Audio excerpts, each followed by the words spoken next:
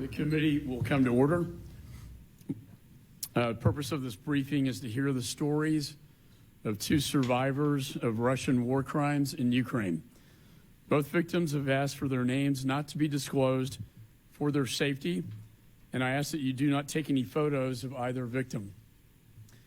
Our first victim is a Ukrainian woman who spent 5 days in a Russian torture chamber near Kherson.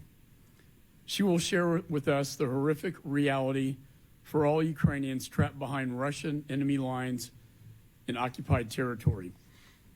Our second victim is a teenage Ukrainian boy who was kidnapped by Russian forces and sent to Russia for quote-unquote re-education. His lawyer is here with us today to tell his story. As both guests will be speaking in Ukrainian, we'll be assisted by Dr. Bachovsky, a professional interpreter and translator. Before we hear these victims' stories, I'd like to show you a short video put together by the Reckoning Project on Russian war crimes. I'd like to warn everyone this video contains graphic images, so viewer discretion is advised.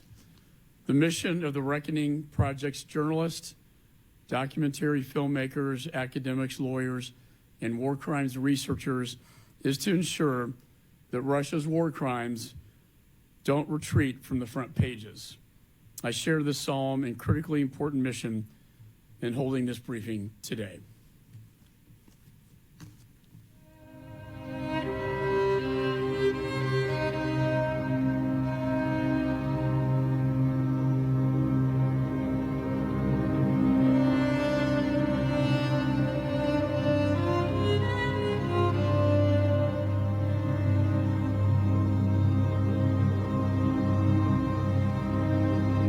Папу забрали, я вообще пытался не думать об этом. Никто не объяснял, где папа.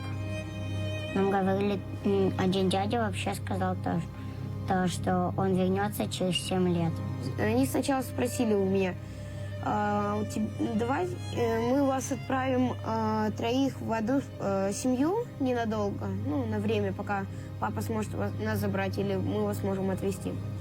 Или в приют. Я сказал, я не дам ответа, пока с папой не свяжусь. Ту картину, яку побачила я, коли заглянула туди, де це спортзал, де сама більша кімната. Оце справжнє пекло. Пекло в тому вигляді, в якому малюють на старовинних іконах. В світлі, в такому приглушеному, чисто від свічок, постаті людей один коло одного сидять. Вони не били по голові, це по ногах, по тулубу. Було всього декілька ударів. Чому такі удари, якісь зековські, коли б'ють ладошками, зразу по двох ушах. Дуже сильно. Да. І таке відчуття, що як контузія в тебе. І коли ти падаєш, тебе піднімають, там, роздягають. 2-3 години ти взагалі стоїш голий, холодно, просто замерзаєш. Очень много погибших, много раненых. Раненых очень тяжело, с ампутациями. Ну и погибшие люди тоже очень сильно повреждены тела. Море крови, стоны, крики «помогите». Меня как-то оглушило на время, или я не знаю, я не поняла. Потом встаю такая и смотрю ногу, а тут у меня она вся в крови. Вот. Вот что сейчас с моей ногой. А мужчина этот меня хватает, тянет, говорит, не смотрите, не смотрите. Я вырвалась, подбежала, приподняла. Я вижу, да, я вижу, это он, я вижу так живот вскрытый, знаете, как кожа вот так снятая. И я вижу полностью все его внутренности.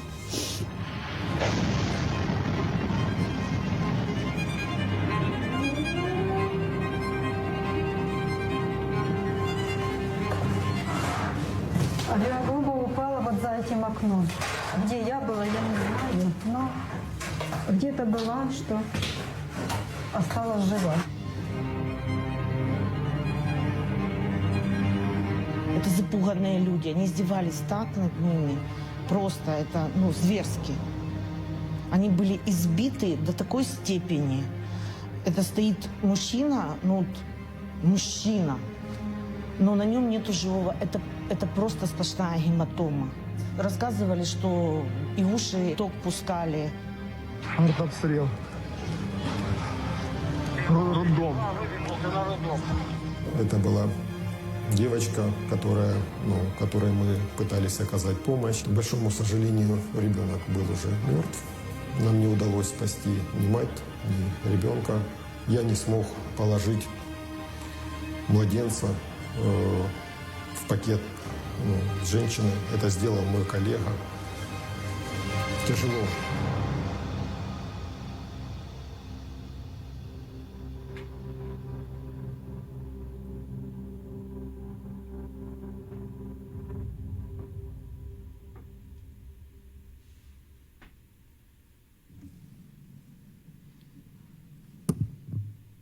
Chair now recognizes the first victim to tell her story. Добрий день. Good morning.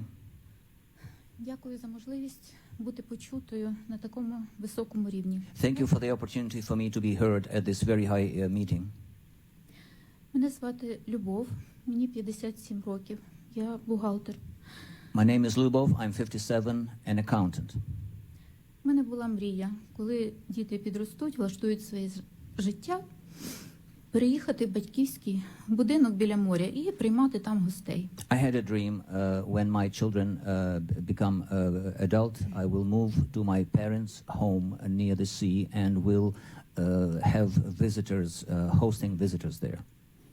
Мої батьки з півдня України, з Херсонщини. Because my parents are from the Kherson Oblast in the south of Ukraine. Наш край славиться родючими землями, прекрасною природою, безкраїми степами. This land is known for beautiful nature, spacious steppes and fertile soil. А також є море, сонячне, тепле море. And we have the sea and a lot of sun. Я здійснила мрію, почала невеличкий бізнес. So I implemented this dream, started a small business. Приймала відвідувачів, вони насолоджувалися відпочинком в мальовничих наших місцях Приазов'я. Kind of like a little family hotel was hosting visitors and they were enjoying the rest there. Мала багато планів і мрій, але все зруйнувала російська армія. I had many plans, many dreams, but the Russian army destroyed this all. Майже рік я жила в окупації. I lived under the occupation for almost a year. Замість бізнесу прийшлось виживати. Instead of doing business, I had to fight for survival. Часом були без зв'язку, без світла, без їжі. There were times we had no communication, no food, no electricity. Поруч постійно були обстріли, навколо російська техніка, танки, ракети літали. Shooting and bombing was happening nearby all the time. Russian military equipment, aircraft, tanks, etc.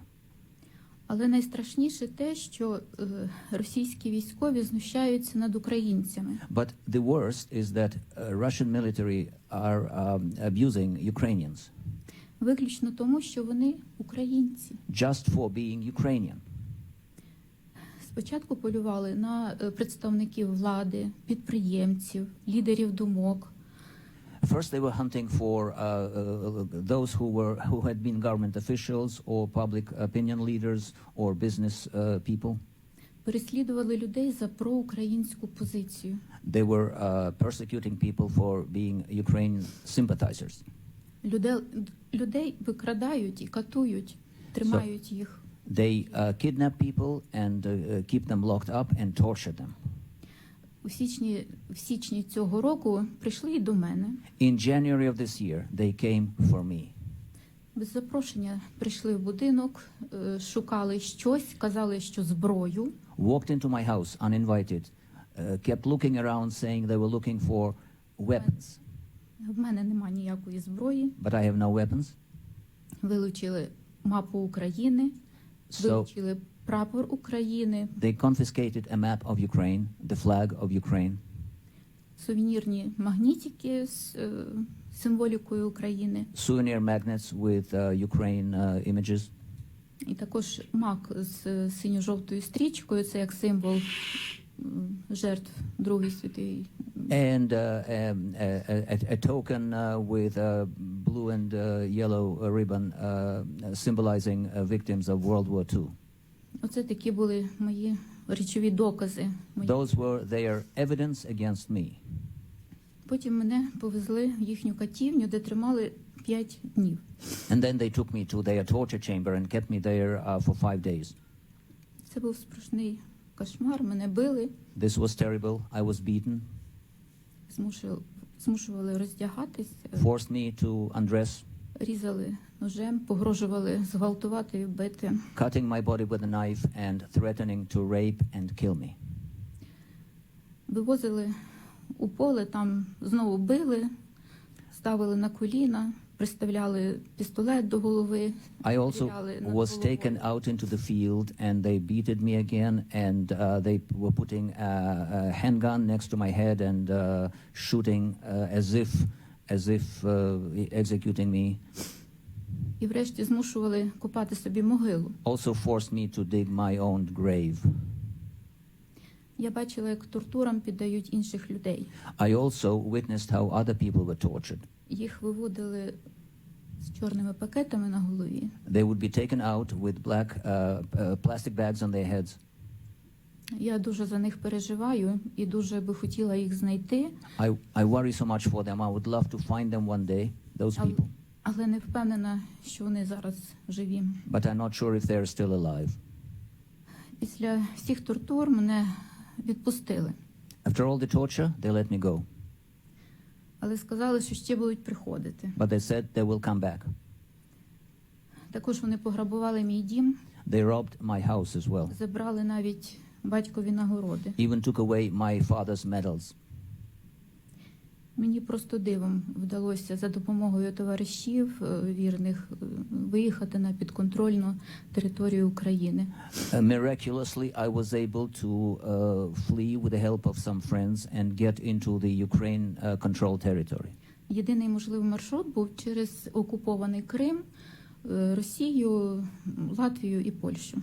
But I had to travel through Crimea, Russian territory, and then Poland, Latvia and Poland. Моя донька громадянка Америки. I have a daughter who is a U.S. citizen. Завдяки програмі U4U я маю шанс бути з донькою тут в США. So owing to the program that you implemented, U4U, I was able to come and join my daughter here. Я дуже дякую американському народу, уряду за те, що я зараз маю змогу бути в безпеці. I'm very thankful to the people of the United States for being able now to be here in safety. І за всю допомогу Україні, що ви надаєте. Thankful for all the assistance that you are providing to Ukraine. Зараз в Україні дуже страшні часи. These are terrible times for Ukraine. Мільйони українців досі перебувають в окупації. Millions of Ukrainians are still under occupation. У них не вистачає елементарного їжі, медицини, світла немає, газу немає. They lack basic necessities, electricity, gas, food, other things. Там немає прав людини і ніхто не дотримується закону. In those territories, there are no human rights. Nobody observes the law. Я зараз розповідаю цю свою історію, а на тих територіях окупованих грабують, гвалтують, вбивають. I'm telling you my story, and there are other people who are getting robbed and raped and beaten in those territories now. Ці страшні злочини треба зупинити. These terrible crimes need to be stopped. Росія взагалі знищує все, до чого може дотягнутися. Russia is destroying everything they can reach out to. І це не тільки стосується України. And this is not only about Ukraine. Йдеться про те, яким буде весь світ завтра. This is about the tomorrow's day of the world. Де будуть жити наші діти? Where our children are going to live. Чи це буде світ брутальності, безкарності, варварства? Is this going to be a world of brutality, barbarity and lawlessness? або ми повернемося до принципів верховенства права і цінності людського життя. Or are we going to go back to values of human life and principles of law? Я тепер маю нову мрію. So now I have a new dream. Я хочу повернутися додому і все відбудувати. I want to go back and rebuild everything I had. Але зараз моє село окуповане, мій дім розграбований, і в ньому живуть чужі люди. But now my village is under occupation. My house has been robbed and some alien people are living there.